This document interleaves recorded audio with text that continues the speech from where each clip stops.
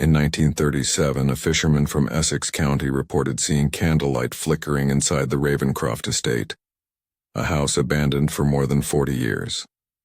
When authorities arrived, they found the front doors sealed from the inside, and the faint echo of children singing somewhere in the walls.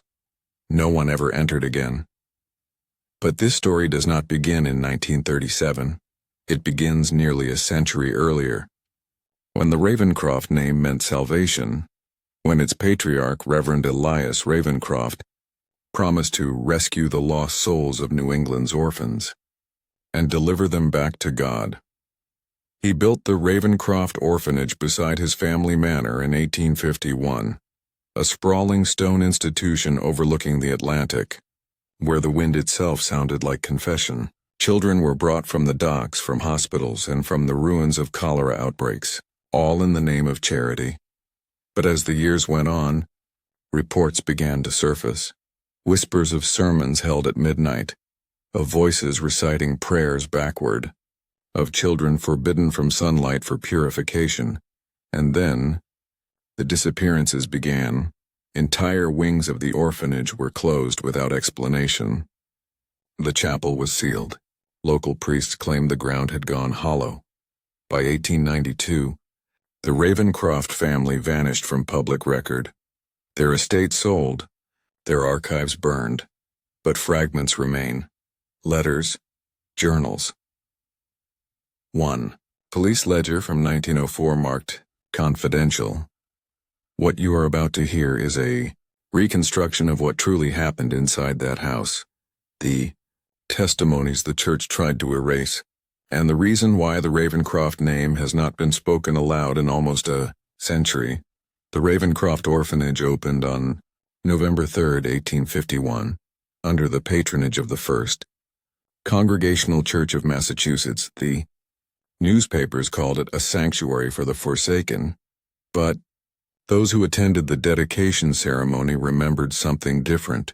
They spoke of the Reverend Elias Ravencroft, standing before the newly built chapel, his hands trembling as he read from a leather-bound book not listed in any Bible registry. Behind him, his wife, and Margaret Ravencroft, clutched a crucifix so tightly her palms bled.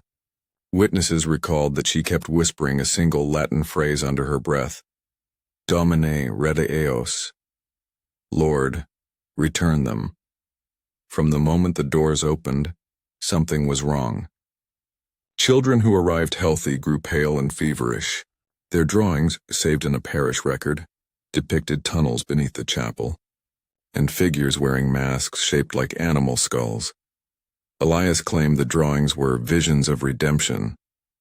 Yet when parish doctors inspected the basement, they found the air so thick it rusted their instruments overnight.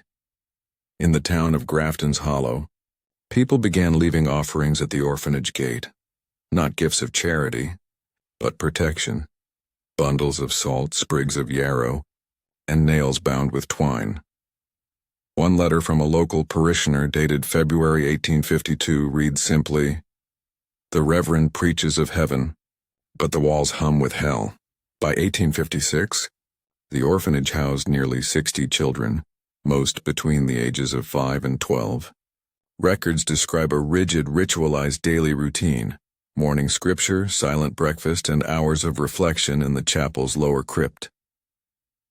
The crypt was never on the original blueprint. Local stonemasons insisted it had already existed, a chamber of unknown age discovered during foundation work. Elias declared it God's sign and built the chapel directly over it. When questioned by the bishop's office about unusual rites, the midnight processions, the self-imposed fasts, the unmarked graves on the property, Elias wrote a letter preserved in the diocesan archive. "We are not burying bodies. We are burying burdens."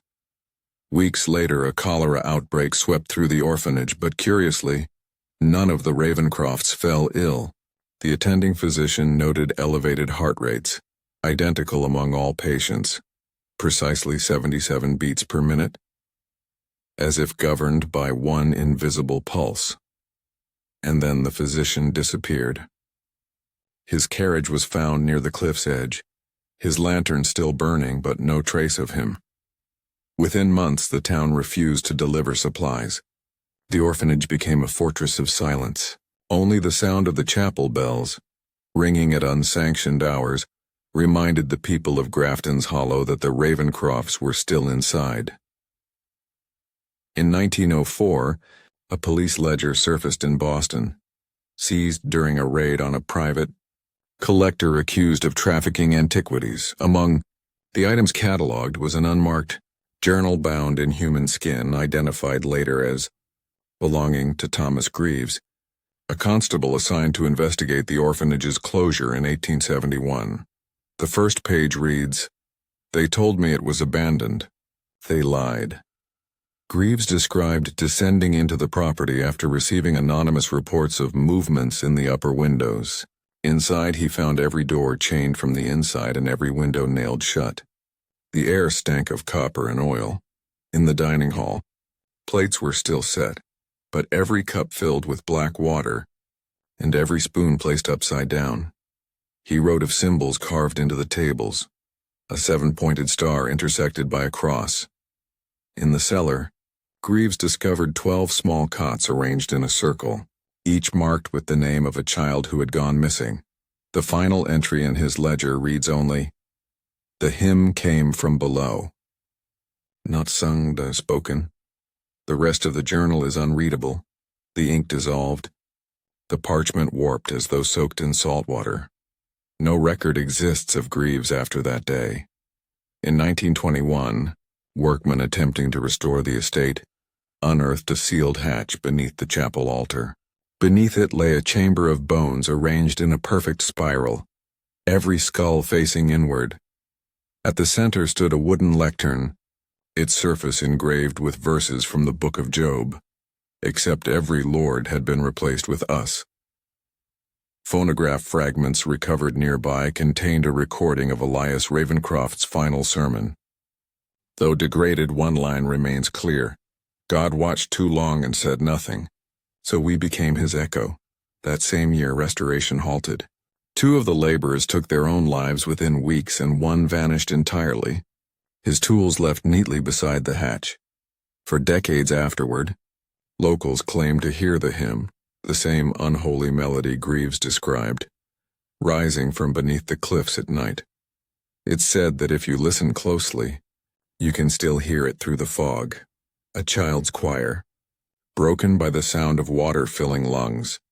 The Ravencroft family's wealth was seized by the state in 1923, but the estate itself was never sold. The official reason, uninhabitable due to structural compromise. Unofficially, because those who entered did not return. Between 1871 and 1904, no public record mentions the Ravencroft family. No birth certificates, no death notices, no property filings. It is as though the bloodline was erased, not by time but by intention. In 1932, the Massachusetts Historical Society opened a restricted archive of anomalous disappearances from the 19th century. Box number 47 contained fragments from the Ravencroft case, photographs, letters, and a map of the orphanage tunnels. The photographs were disturbing. Every image showed children posed in neat rows, their faces expressionless. Except for one detail. Their eyes had been painted over in black ink. The ink tested centuries later contained mercury, blood, and a rare mineral found only in coastal caves near Grafton's Hollow. The society sealed the evidence again in 1933, citing health hazards, but one curator, Dr. Evelyn March, made a private note before the closure. The symbols in the Ravencroft records match those from the 1839 Halifax Chapel murders. Same hand, same prayer. The pattern was older than the orphanage itself, and someone had been continuing it. For decades, historians assumed the Ravencroft bloodline had ended with Reverend Elias and his wife. But a 1908 asylum admission log from Providence, Rhode Island, tells a different story. Entry 1037. Clara Ravencroft, age 27, diagnosed dissociative fugue, found wandering coastal road north of Essex. Clara was the Reverend's granddaughter, the child of his only son, Samuel. Her case notes, later declassified, described nightly seizures, catatonic episodes, and one repeating statement. They said the sea was speaking. When questioned about her family, she gave fragmented answers. Father burned the hymn. Mother went into the floor. Grandfather promised light but brought water.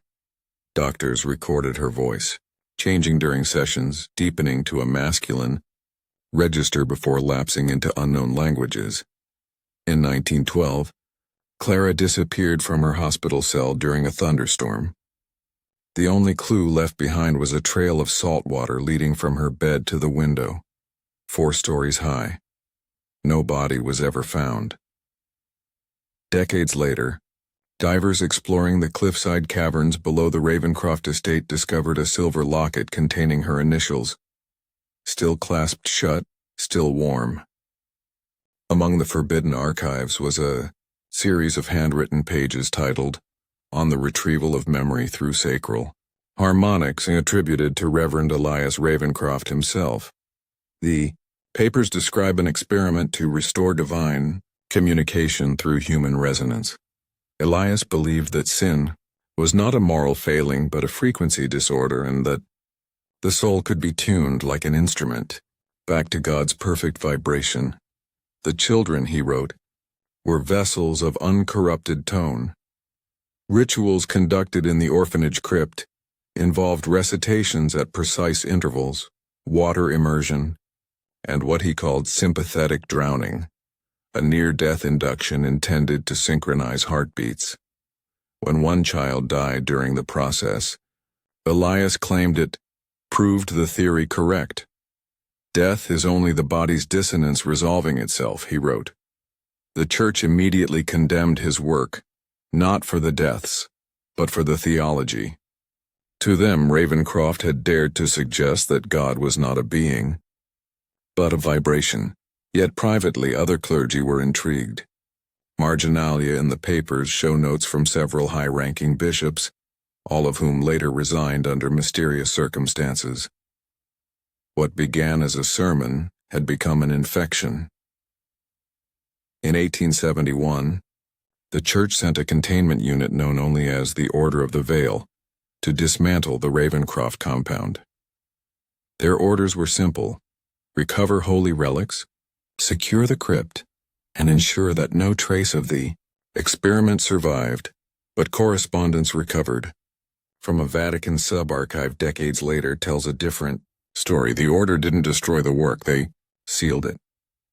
The letters speak of living resonance trapped beneath stone, and a command that no hymn of 7 points shall be sung again. Local witnesses reported hearing screams from the chapel for 3 nights, after the clergy arrived, followed by total silence. When dawn broke, the order was gone. So were the remaining children. The church declared the site unholy ground and struck all names from record. Yet their own archives still carried one marginal note beside the Ravencroft entry. Do not open the floor. The handwriting belonged to Bishop Laurent de Vere, who vanished 6 months later aboard a ship bound for Halifax. The only cargo aboard, stone fragments from the Ravencroft chapel sound engineers. Analyzing the surviving phonograph of Elias, Ravencroft's sermon in the 1940s discovered something impossible. Beneath the recorded frequencies, beneath his voice, and was a second layer, a continuous tone that never decayed, even after the record stopped spinning. They called it the standing note. When played at certain speeds, the tone seemed to alter heart rate, induce vertigo, and cause auditory hallucinations. One engineer, Samuel Heller, described hearing children whisper his name from the speakers. Another tore out his own eardrums. Heller later wrote to a colleague at Harvard, "It's not sound. It's something alive waiting for the right listener." The record was locked in a lead box and buried in the Library of Congress restricted vault, where it remains today, catalogued under a false name, but those who've handled it say the same thing. It still hums. In 1943, U.S. naval researchers at Fort Trumbull began testing low-frequency acoustics for submarine communication. Their data logs contain a strange footnote. Sample RF7, anomalous harmonic pattern, origin uncertain, archives indicate 19th century sermon cylinder. The file name RF7 was shorthand for Ravencroft Frequency 7. Engineers didn't know the name's origin. It had been passed down through obscure academic channels since the 1920s. When they played the tone underwater, equipment malfunctioned. Compass needles drifted. One diver suffered cardiac arrest without cause. Declassified memos later show the project was quietly transferred to the Office of Strategic Services under Psychological Operations. Their hypothesis: certain sounds could alter collective emotion, panic, obedience, despair. What they rediscovered was a hymn written for stone walls and lungs full of water. No, one spoke the word Ravencroft. They called it Project Kordashian. Dr. Evelyn March, the same historian who uncovered the black-eyed orphan photos, was recruited by the Navy in 1945 as an archival consultant. Her diary, recovered after her death, tells the truth. They are building an echo chamber beneath the ocean. March was tasked with translating Ravencroft's surviving papers. She noted a correlation between the Reverend's harmonic diagrams and modern sonar equations. She also reported auditory phenomena inside the testing chamber, voices repeating her sentences seconds after she spoke them, but slightly out of tune. After 3 months, she demanded the program be shut down. Her final entry reads, "The sound is not produced. It remembers itself." On October 9, 1946, March drowned in her own bathtub. The water was clear, but witnesses described a faint vibration running through the porcelain. In 1948, a set of wax cylinders labeled Ravencroft Choir 1853 surfaced in a private Boston estate sale. The buyer, an audio engineer named Walter Grimm, attempted restoration. What he uncovered was not music. Each cylinder contained layered frequencies far beyond human range, patterns identical to those found in seismic readings. Scientists concluded the children had been recorded underground. When Grimm slowed one cylinder by a factor of 10, he reported hearing his own voice call his name through the playback. 2 days later, he was found outside his apartment building, ears packed with wax, mouth full of seawater. The cylinders vanished into federal custody. Official explanation: counterfeit artifacts. Unofficially, they were moved to the same facility that housed Project Kordashian. The hymn had found its audience again. By 1950, fragments of Ravencroft's theology had infected medicine itself. At the newly built Bethesda Naval Hospital, a sub-basement labeled A7 Auditory Research was constructed without permit. Workers later claimed they were building an acoustic testing hall, but the design matched the Ravencroft Chapel's geometry exactly. A heptagonal chamber with a drainage grate at its center. Records reveal 7 patients were assigned to the unit. Their therapy involved exposure to corrective tones played through saline tanks. None were discharged. In 1951, the wing flooded after a burst pipe. Maintenance crews reported hearing children singing beneath the water before the lights failed. The floor was sealed in concrete. The hospital's blueprints were revised. Room A7 erased, but the hum persisted through the walls for 3 more weeks, until every light in the East Wing shattered, simultaneously. Scientists who revisited the site decades later discovered the flooding hadn't been ordinary. The water in the sealed chamber contained a resonant frequency identical to the standing note from Elias Ravencroft's phonograph. Spectrographic analysis showed the waveform forming patterns of human speech. When translated through phonetic mapping, it spelled a single recurring word: us, the same word carved into the Ravencroft altar almost a century earlier.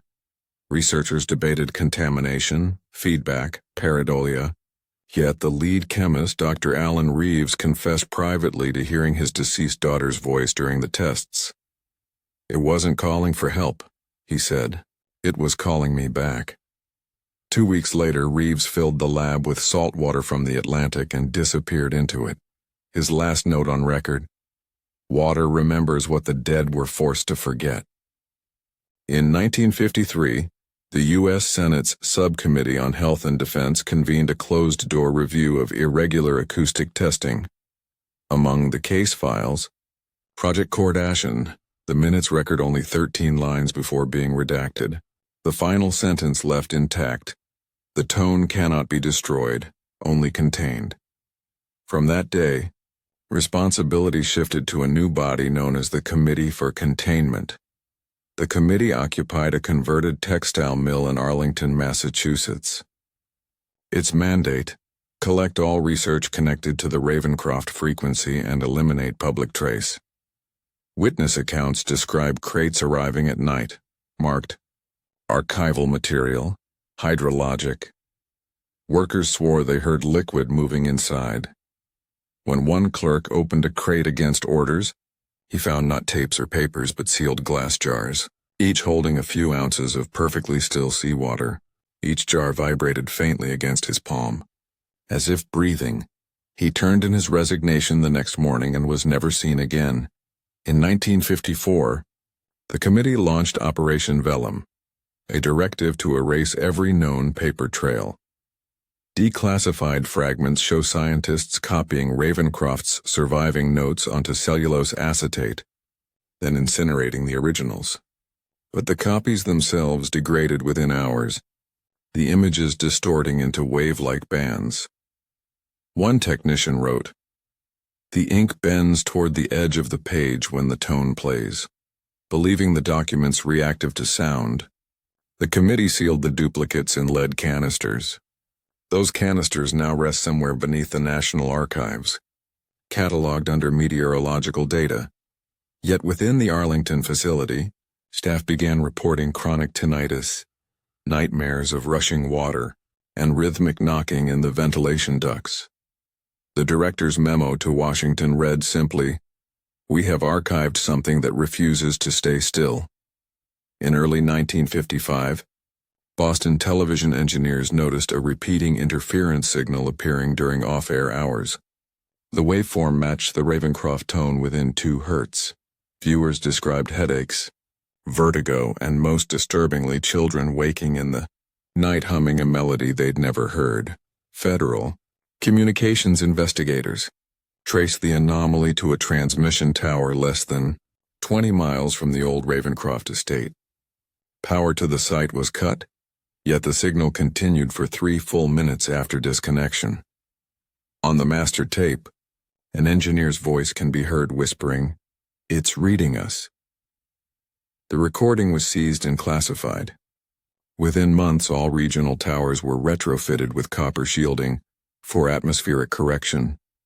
The public explanation blamed solar flares. Internally, the committee called it the return. On December 12, 1956, a fire consumed the committee's Arlington headquarters. Official cause: electrical fault. Unofficial reports: spontaneous ignition following a midnight test of containment tone C. Witnesses half a mile away claimed to hear a low, sustained chord before the explosion. Firefighters described water from their hoses freezing mid-air, forming thin, glassy sheets that shattered on impact. Every surviving recording melted into a single fused mass of acetate, later analyzed as holding 7 overlapping tracks, each beginning with the same word, us. The government declared the project terminated. Funding lines were quietly rerouted to civilian research programs, but the Ravencroft frequency had already migrated. Hidden inside communication prototypes, sonar studies, even music laboratories, the sound had learned to travel. In 1961, an archivist named Peter Lowe attempted to catalog what survived the Arlington fire. He compiled a simple index, 37 items, all listed location unknown. On his final microfilm reel, frame 122, a blurred face appears, half child, half adult, mouth open as if singing. Subsequent frames repeat the same image, though the film was wound forward 10 meters. Lowe reported hearing the hum through his projector even when it was unplugged. He sealed the reel, wrote "Do not view Ravencroft," and resigned the same night. His supervisor found the film canister vibrating on its shelf days later. Inside lay only dust and the faint scent of salt. The committee was dissolved that year. Official statement. No further evidence of anomalous resonance, but deep in the archives, the listing still updates itself every few months, one new entry each time, always labeled with the next sequential number. Always blank except for a single word in the remarks column, listening. In 1971, freelance journalist Eleanor Vale stumbled across a reference to Project Kardashian while researching Cold War acoustic espionage. Her curiosity was innocent at first, a single footnote in a declassified Navy memo mentioning residual tonal hazard. But that phrase pulled her down a well no one had climbed out of since the fire in Arlington. She began requesting documents. Most came back blacked out, but one envelope arrived unmarked. Inside, a brittle magnetic tape labeled Raven Test 3B. She played it once. The recording began with ocean static, then a low pulse, not music, not mechanical, just presence. When the tone ended, every clock in her apartment read 11:11. Her journal entries from that night end abruptly after the line, "The sound bends the hour." She never filed her story. 2 weeks later, neighbors reported the apartment abandoned, windows sealed from the inside with pages of old hymnals. In 1973, a Harvard graduate assistant named Thomas Kay cataloged a donation of unmarked government storage boxes. Inside, warped glass jars, each filled with water that shimmered faintly under light. The accompanying memo read, "Residual material, Arlington salvage, not for analysis." Ignoring the warning, Kay tested one sample's vibration frequency. The oscilloscope needle moved before he touched the machine.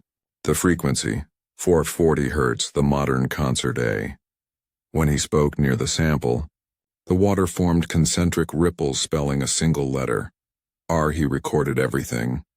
Audio, photos, notes, but by morning the lab equipment was fried, and the photos developed blank. Kay withdrew from the university, citing persistent acoustic hallucination. His final paper draft simply read, "There is intelligence in the echo." In the summer of 1975, a vinyl collector in Chicago discovered a limited press record titled Ravencroft Requiem. No label, no artist, just an address in Salem, Massachusetts. The first track was silence. The second, an unbroken subsonic hum that caused nearby fluorescent lights to flicker. Listeners described vivid collective hallucinations, flooded hallways, distant choirs, shadows kneeling in pews. The collector sent the record to a radio engineer for analysis. Spectrogram readings revealed embedded Morse code, "We are listening back." The engineer quit the project immediately. Weeks later, the collector was found asleep in his car outside Salem. The record spinning on the dashboard, still on track 2.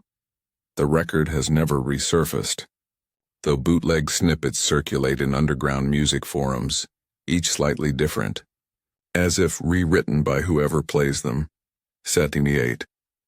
A radio producer named Daniel Reeve claimed to have interviewed a former Committee for Containment operative.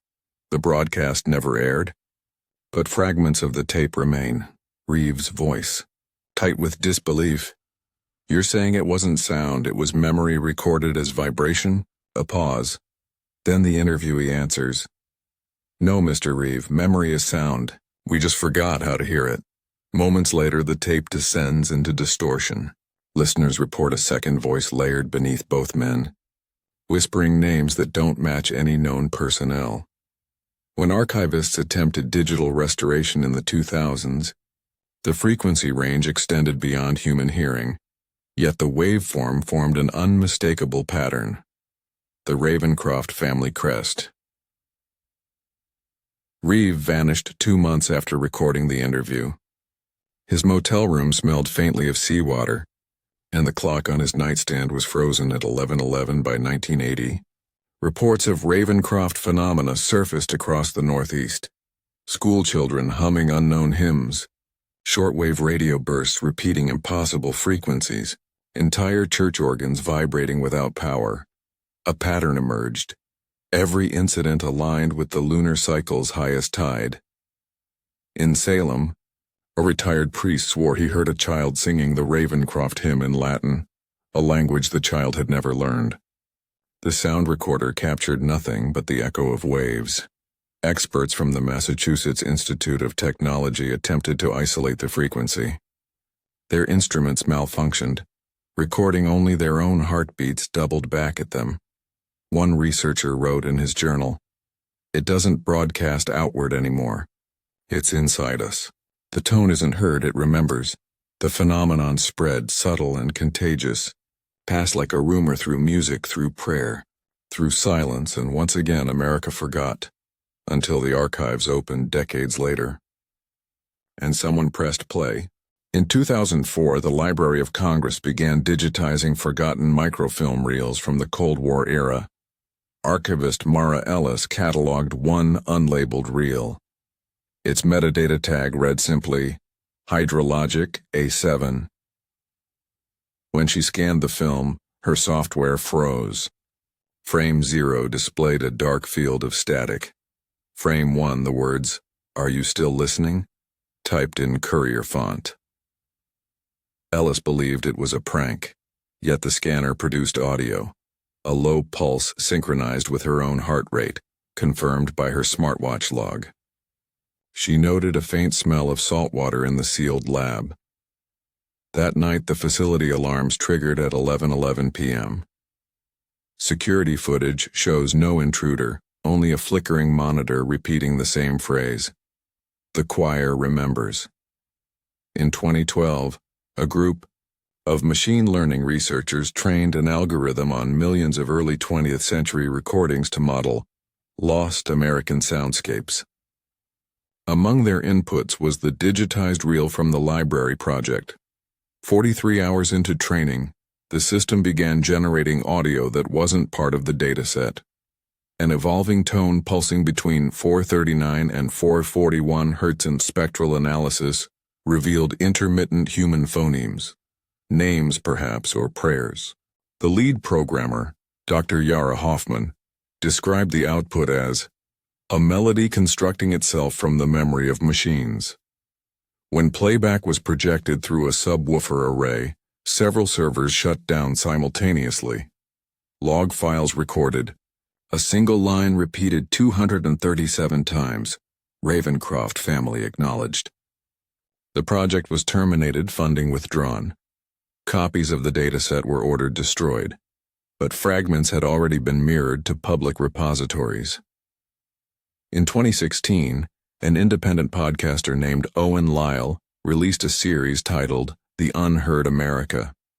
Episode 9, The Ravencroft Tone, featured the leaked audio fragment. Lyle's voice quivers as he introduces it. What you're about to hear once belonged to a government that forgot how to forget.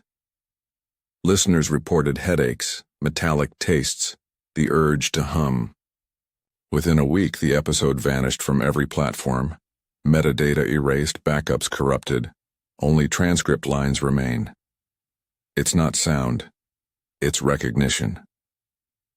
Forums still debate whether the deletion was legal takedown or self-triggered code. Some claim if you pause the surviving bootleg at 11 seconds, you can hear water, and a woman whispering, "Come home." Audio engineers insist it's pareidolia, yet no one who's listened past the 10th second reports silence afterward, only the faint sense of being listened to back. In 2021, a research collective in Maine attempted to capture natural resonant anomalies along the old Ravencroft coastline. The lead recorder, Jonas Keene, positioned hydrophones in tide pools near the ruins of the family estate. What they captured wasn't tide or wind, it was choral structure, identical to 19th century Ravencroft hymns recorded in frequencies whales can't produce. The team withdrew, shaken. Keene described the sound as a cathedral breathing through the sea. The data, uploaded to cloud storage, began replicating itself into random folders, renaming copies with sequential timestamps, 11/11/11/11.